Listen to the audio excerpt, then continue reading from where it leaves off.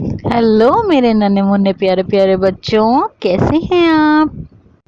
Aunty उम्मीद करती हैं कि तमाम बच्चे अपने घर में खुश, तंदुरुस्त और मज़े में होंगे, है ना। आज आंटी आपके लिए एक उर्दू की कहानी लाई हैं और इस कहानी का नाम है नादान भेड़िया। तो चलिए अब सुनते हैं उन जानवरों की आवाज जो कि इस कहानी नादान भेड़िया में मौजूद हैं।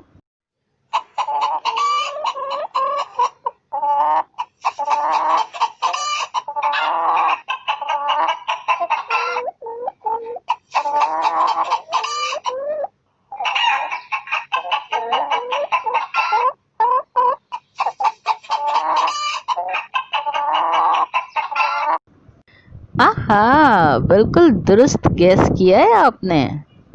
ये मुर्गी की ही आवाज थी जो खाने में बड़ी मजे की होती है। क्या आपकी अम्मी घर में मुर्गी बनाती हैं? चलें फिर बताएं मुझे कि कौन कौन सी मुर्गी की डिशेस बनाती हैं अम्मी। आपके जवाबात और आपकी अम्मी की मजे मजे की डिशों के बारे में मुझे कमेंट बॉक्स में जरूर बताइएगा। मुझे भी तो पता चले कि आप मुर्गी के बने कौन कौन से मजेदार खाने खाते हैं। तो चलिए सुनते हैं अब अगले जानवर की आवाज।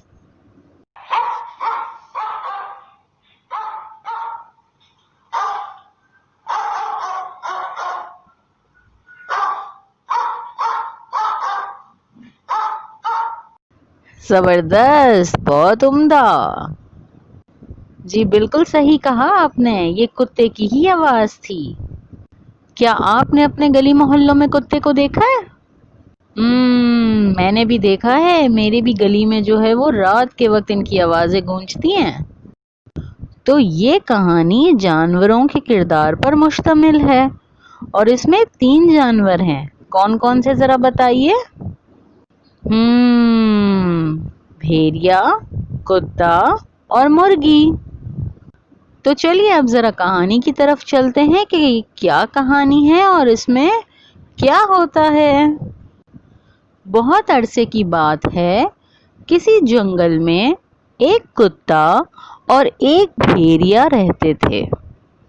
इन दोनों में बड़ी दोस्ती थी। दोनों को जब भी भूख लगती तो वो करीब के गांव में जाते और किसानों के खेत से मुर्गियां चोरी करते और मजे से खाते। यम यम यम। लोग इन दोनों से बहुत तंग आ गए थे। उन्होंने इनकी चोरियों से बचने के लिए खेतों के सामने आग जला दी ताकि ये दोनों डरकर भाग जाएं।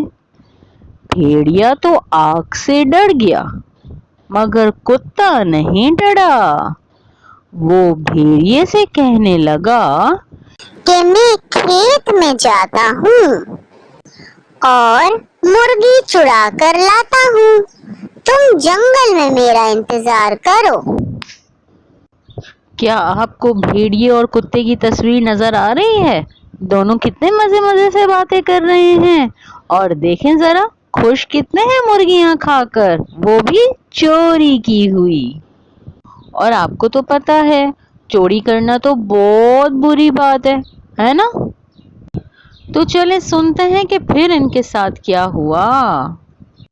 जब कुत्ता खेत में पहुंचा तो वहां किसान इसकी ताक में बैठे थे और उन्होंने उसे पकड़ लिया। अब तो कुत्ता बहुत परेशान हुआ। कुत्ते ने किसानों की मिन्नत समाजत करते हुए कहा, जनाब, आप मुझे छोड़ दीजिए।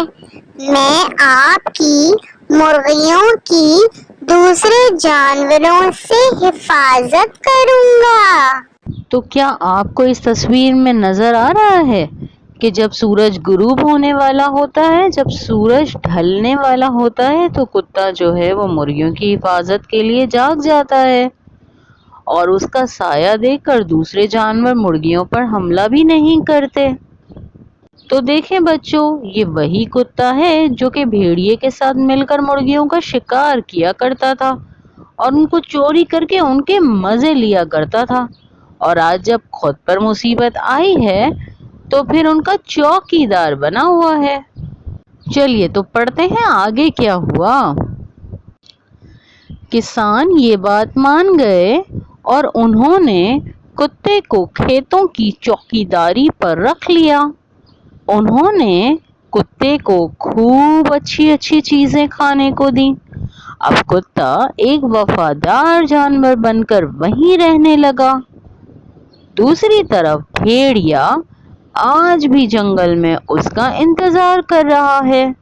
جب رات ہوتی ہے تو بھیڑیا کتے کو بلانے کے لیے آواز لگاتا ہے، مگر اب کتا کبھی واپس نہیں آئے گا۔ اب آپ کو اس تصویر میں تو نظر آ ہی رہا ہوگا کہ کتے کو رہنے کے لیے گھر بھی دیا گیا ہے، کھانے کے لیے بھی دیا گیا ہے، اور کتنا خوش ہے اس وقت کتا۔ اور بھیڑیے کے بارے میں سوچیں تو وہ تو وہاں اس کا انتظار کر رہا ہے، تو کیا یہ اچھی بات ہے کسی کو اپنے انتظار میں لگائے رکھنا؟ نہیں نا۔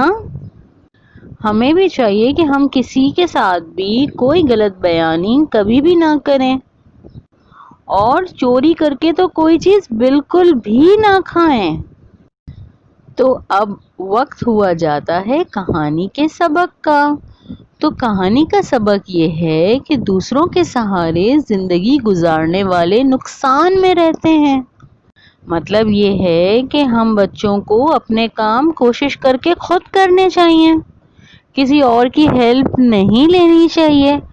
جتنا ممکن ہو اور جہاں تک ممکن ہو سکے اپنے تمام کام خود کر لینے چاہیے، بلکہ دوسروں کے کاموں میں ان کی ہیلپ کرنی چاہیے۔ چلیں تو اب وقت ہوا ہے استانی کے سوالات کرنے کا۔ تو میرا پہلا سوال آپ سے یہ ہے کہ کتا اور بھیڑیا کہاں سے مرغیاں چڑاتے تھے؟ میرا دوسرا سوال ہے کتے نے کس کی چوکیداری قبول کر لی؟ اور تیسرا سوال ہے جنگل میں بھیڑیا کس کا انتظار کر رہا ہے؟ اور میرا آخری اور چوتھا سوال ہے کیا کتا کبھی واپس جنگل جائے گا؟